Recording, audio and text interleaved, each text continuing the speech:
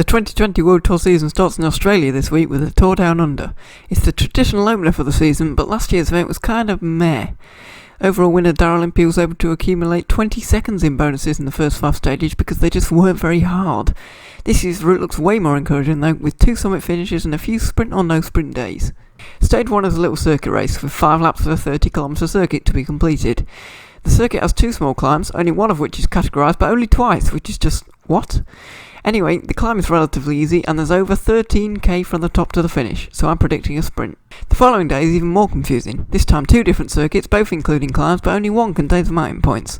The break will form over the Quarry Road climb, which is hard enough to make it a strong break, and the finish line is at the top of the final climb. It's just under 8 kilometres and isn't very steep at all. Apart from where it is, as there are pitches of nearly 10% in the final metres.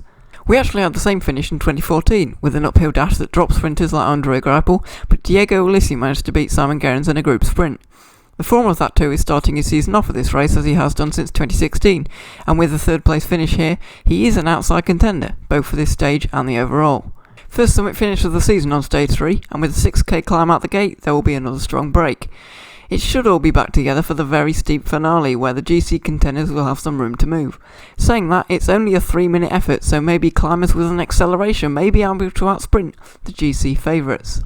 Despite a rolling first half to the stage, the sprinters will finally get a chance into Murray Bridge.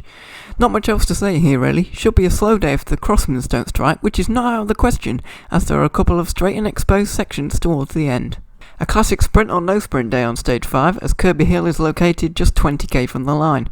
Unfortunately, I think that Mitchelton Scott will be setting a pace for 2-time champion Daryl Impey, so attacks won't go far and will likely be brought back on the descent as happened on stage 4 last year. All this will set the stage for a reduced bunch sprint, as I wouldn't expect all the riders to make it to the finish together. Finally, the GC reckoning with 2 ascents of Willunga Hill, which might as well be called Port Hill now as the Tasmania has won here 6 years in a row. As always, not much will happen before the final 4 kilometres. The KOM competition will be won, but until then it will just be waiting around for the final climb and then watching as Port accelerates away from the rest. Given the reliability of his finish on the climb, it was no surprise that 34-year-old announced his desire to win the race way back in December. He will be the undisputed leader of Trek Segafredo and be supported by Kenny Elissonde, who set pace for Wout Poels on the final climb last year.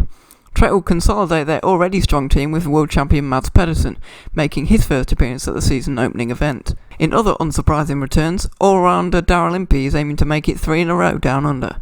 He's a rider like no other really, often uses a teammate to support other riders rather than winning himself, but the South African champion is a well-known name in his own right. He won the race by a fairly large 16 seconds last year, but there was also much less climbing last year, which played into his hands. I think this year could be too hard for him, but clever riding from Mitchelton Scott could put him right up there. Romain Bardet will be starting his season off in Australia for the first time, and his team will probably be all in to support him too. The Frenchman will be targeting the Giro this year, so it's not impossible that he will arrive with decent enough form. Simon Yates is going to be on the start line for the first time this year in his preparation for the Giro d'Italia. I can't decide if this is a good move for Yates. It will definitely make the racing more exciting, but he doesn't like hot temperatures and the climbs probably aren't selective enough for him, which may be why he said that he may be there to support Impey.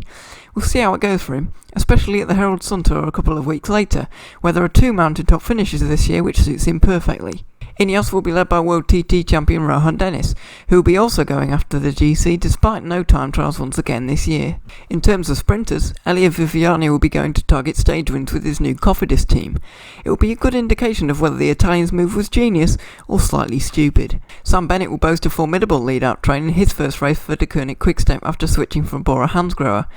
Bennett was often frustrated with Bora as he wasn't allowed to race the Giro, but he may get more free rein at Quickstep with lead-out men Shane Archibald, Ilio Kaiser and Michael Morkov to guide him to the line. The Tour's most stage wins currently goes to Andre Greipel with 18, which is 6 more than anyone else.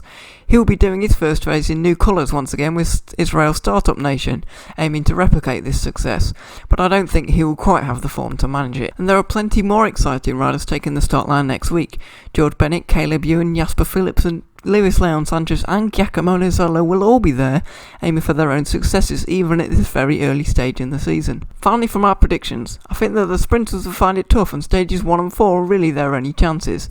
Richie Porte and Daryl Impey are the clear favourites in my book, but Porte has a stronger team to support him and the hilly courses suit him very well, so I predict the Trek rider to take the win. Don't forget to subscribe for race analysis from the Tour Down Under, but until next time, goodbye.